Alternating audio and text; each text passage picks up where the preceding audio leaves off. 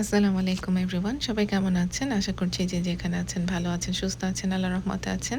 চলে এসেছি আজকে রোটিসারি চিকেন দিয়ে একটা মজাদার এবং ফাঁকিবাজি রেসিপি চিকেন স্লাইডার্স নিয়ে। চলুন তাহলে শুরু করে দেওয়া যাক। বিসমিল্লাহির রহমানির রহিম। আমরা প্রথমে একটা কড়াইতে মাখন গলানোর জন্য দিয়ে দিলাম, আর এই ফাঁকে দেখতে পাচ্ছেন রোটিসারি চিকেন আমার আম্মু হাড্ডি থেকে মাংসটা আলাদা করে একটা বাটিতে রেখে দিচ্ছে। তো মাখনটা গলতে থাকুক, এই ফাঁকে আপনাদেরকে বলে দিই, আমরা অনেক সময় গ্রোসারি স্টোরে দেখতে পারি যে রোটিসারি চিকেন বিক্রি করছে, বাট আমরা জানি না এটার কী করবো এটা দিয়ে, কারণ এটার কোনো টেস্ট নেই আমাদের বাংলাদেশিদের জন্য। তাই এটা খুব মজাদার এবং সহজ একটা রেসিপি, ফাঁকিবাজি রেসিপি হিসেবে বানানোই যায় বাসায়। তো এই ফাঁকে কথা বলতে বলতে দেখতে পেলেন আপনারা যে আমি পেঁয়াজ দিয়ে দিয়েছি বেশ খানিকটা, প্রায় 2 কাপের মতন। বেশ মোটা করে কেটে নিয়েছি পেঁয়াজগুলো, পাতলা করে কাটবেন না। তো এই যে মোটা করে কেটে এটা ভালো করে একটু ভেজে নিচ্ছিলাম, এবং ভেতরে দিয়ে দিলাম ক্যাপসিকাম কুচি। এটা একদম ছোট করে কেটে নিয়েছি কিউব করে ক্যাপসিকাম, পুরো একটা ক্যাপসিকাম দিয়ে দিয়েছি। এটা এমনভাবে ভাজবেন যতক্ষণ না পর্যন্ত কাঁচা গন্ধটা চলে যাচ্ছে। হাই হিটে রান্নাটা চলছে এখনও। আর এই ফাঁকে আমি প্রিপেয়ার করে নিচ্ছি একটা সস, যেটা খুবই ইম্পর্ট্যান্ট। এটার জন্য আমাদের লাগবে মেয়োনেজ, লাগবে টমেটো কেচাপ, লাগবে ইয়েলো মাস্টার্ড, লাগবে গোলমরিচ গুঁড়া। তো একটা বাটিতে আমরা প্রথমেই মেয়োনেজটা দিয়ে দিলাম প্রায় 2 কাপের মতন, 1.5 থেকে 2 কাপের মতন, এবং দিয়ে দিলাম ভেতরে প্রায় আধা কাপের মতন টমেটো কেচাপ। আপনারা আপনাদের স্বাদ অনুযায়ী কম বেশি নিতে পারেন। ইয়েলো মাস্টার্ড দিয়ে দিলাম আধা কাপের বেশ কিছুটা কম, প্রায় 2 চামচের মতন হবে, আমি দিয়ে দিয়েছি 2-3 টেবিল চামচের মতন। দেওয়ার পরে ভেতরে আমি গোলমরিচ গুঁড়াটাও দিয়ে দিব এবং ভালো করে মিক্স করে নিব। এই সসটা খুবই দরকার আপনাদের, আর এই ফাঁকিবাজি রেসিপির মধ্যে এই সসটা পুরা গেম চেঞ্জার বলে যে কথাটা আছে সেইটা। খুবই মজা লাগে এবং খুবই টেস্টি হয় এই সসটা। আপনারা বার্গারে দিয়েও খেতে পারেন, এই সসটা এত মজার হয়। আপনারা আগে থেকেও প্রিপেয়ার করে ফ্রিজে রেখে দিতে পারবেন। তো কথা বলতে বলতে দেখতে পাচ্ছেন আমাদের পেঁয়াজও রেডি হয়ে গেছে। লাল করে কিন্তু ভাজবো না, মোটামুটি ভাজা হলেই হবে। এবং ভেতরে আমরা দিয়ে দেব যে মাংস যে প্রিপেয়ার করে রেখেছিল আম্মু, সেই মাংসটা দিয়ে দেব, এবং যে সসটা আমি প্রিপেয়ার করে রেখেছিলাম সেটা দিয়ে দেব। আমি খুবই দুঃখিত, এই ক্লিপটা আমার মিস হয়ে গেছে। আমি কিন্তু চুলা বন্ধ করে দিয়েছি মিক্স করার সময়।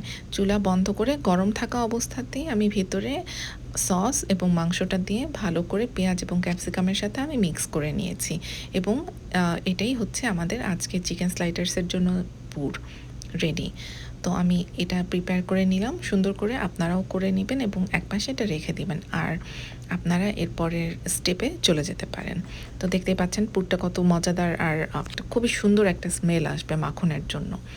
তো আমাদের এটাও রেডি, একপাশে আমরা এটা রেখে দিব, এবং চলুন চলে যাওয়া যাক আমাদের নেক্সট স্টেপে। আমরা এখানে চিজ ব্যবহার করব, মৎজারেলা চিজ আছে এখানে, পিৎজা টপিংয়ে যেটা দেওয়া হয় যে চিজ সেটা। আর নিয়ে নিয়েছি ব্রিয়াশে বান। ব্রিয়াশে বানটাই পারফেক্ট হয় আমার কাছে মনে হয় চিকেন স্লাইডার্সের জন্য, খেতে বেশ মজা হয় এই জন্য। তো এটা আমি নিয়ে নিচ্ছি, একটা প্যাকেটে প্রায় 12টা পিস থাকে, এবং 12টায় আমি নিয়ে নিব, এক একটা ট্রেতে 12টা করেই যায়। তো আমি মোটামুটি 3টা ট্রে প্রিপেয়ার করছি আজকে। আমি এটা ট্রেটা আসলে আমি মসজিদে তোবারক হিসেবে দিব, এই জন্যই আমি এটা প্রিপেয়ার করছি এতগুলো। তো আপনারাও এটা মেহমানদের জন্য বা কোনো পার্টি অ্যারেঞ্জ করলে সেটা জন্য আপনারা এটা খুব সহজে চট করে বানিয়ে ফেলতে পারবেন। খুব সহজ বাট খুবই মজাদার, ছোট বড় সবাই খুব পছন্দ করবে।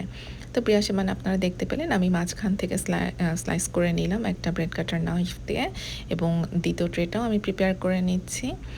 আমি ভেতরে যে অংশটা সেটা আমি রেখে দিয়েছি, এই যে দেখতে পাচ্ছেন সুন্দর করে, এবং উপরে মেজবানের যে উপরের অংশটা সেটা আমরা অন্য একটা ট্রেতে রেখে আমি ভেতরে যে মাংসটা প্রিপেয়ার করে রেখেছি, যে পুরটা রেডি করেছি সেটা আমি স্প্রেড করে দিচ্ছি ভালো করে চারপাশে, যাতে কোনো অংশ ফাঁকা না থাকে। এভাবে আপনারা এমনভাবে দিবেন যাতে প্রতিটা বাইটে মাংসের স্বাদ পাওয়া যায়। এটা এত মজাদার একটা রেসিপি যে সবাই আপনার প্রশংসা করবে এবং জানতে চাইবে এই রেসিপি। আমি গ্যারান্টি দিয়ে বলতে পারি এটা এমন কোনো মানুষ নেই যে অপছন্দ করবে। তো আমি এই যে বলতে বলতে আমি প্রায় 2টাতেই আমি দিয়ে দিলাম স্প্রেড, এবং খুব সুন্দর করে আমি স্প্রেড করে নিলাম। ব্যাস হয়ে গেল আমার। এইভাবে এক এক করে প্রত্যেকটা ট্রে আমি প্রিপেয়ার করে নেব। আপনারা কিন্তু এই যে পুরটা যে রেডি করেছি, এই পুরটা আপনারা ফ্রিজে রেখে প্রায় সপ্তাহ ২ এক আপনারা রেখে খেতে পারবেন। আপনাদের যখন মন চাইবে তখনই এরকমভাবে আপনার চিকেন স্লাইডার্স করে বানাতে পারেন, কিংবা রুটি যদি থাকে রুটি দিয়েও আপনারা ভেতরে দিয়ে পুরের মতন রোলের মতন করে আপনারা খেতে পারবেন, বেশ ভাল লাগবে। হয়ে গেল আমার পুর দেয়া, এবং আমার আম্মু এরপরে উপরে চিজ দিয়ে দিচ্ছে সুন্দর করে, যাতে কোনো অংশ ফাঁকা না থাকে, এভাবে দিচ্ছে। এবং ব্রিয়াশে বানের যে উপরের অংশটা সেটা আমরা দিয়ে দিলাম উপরে।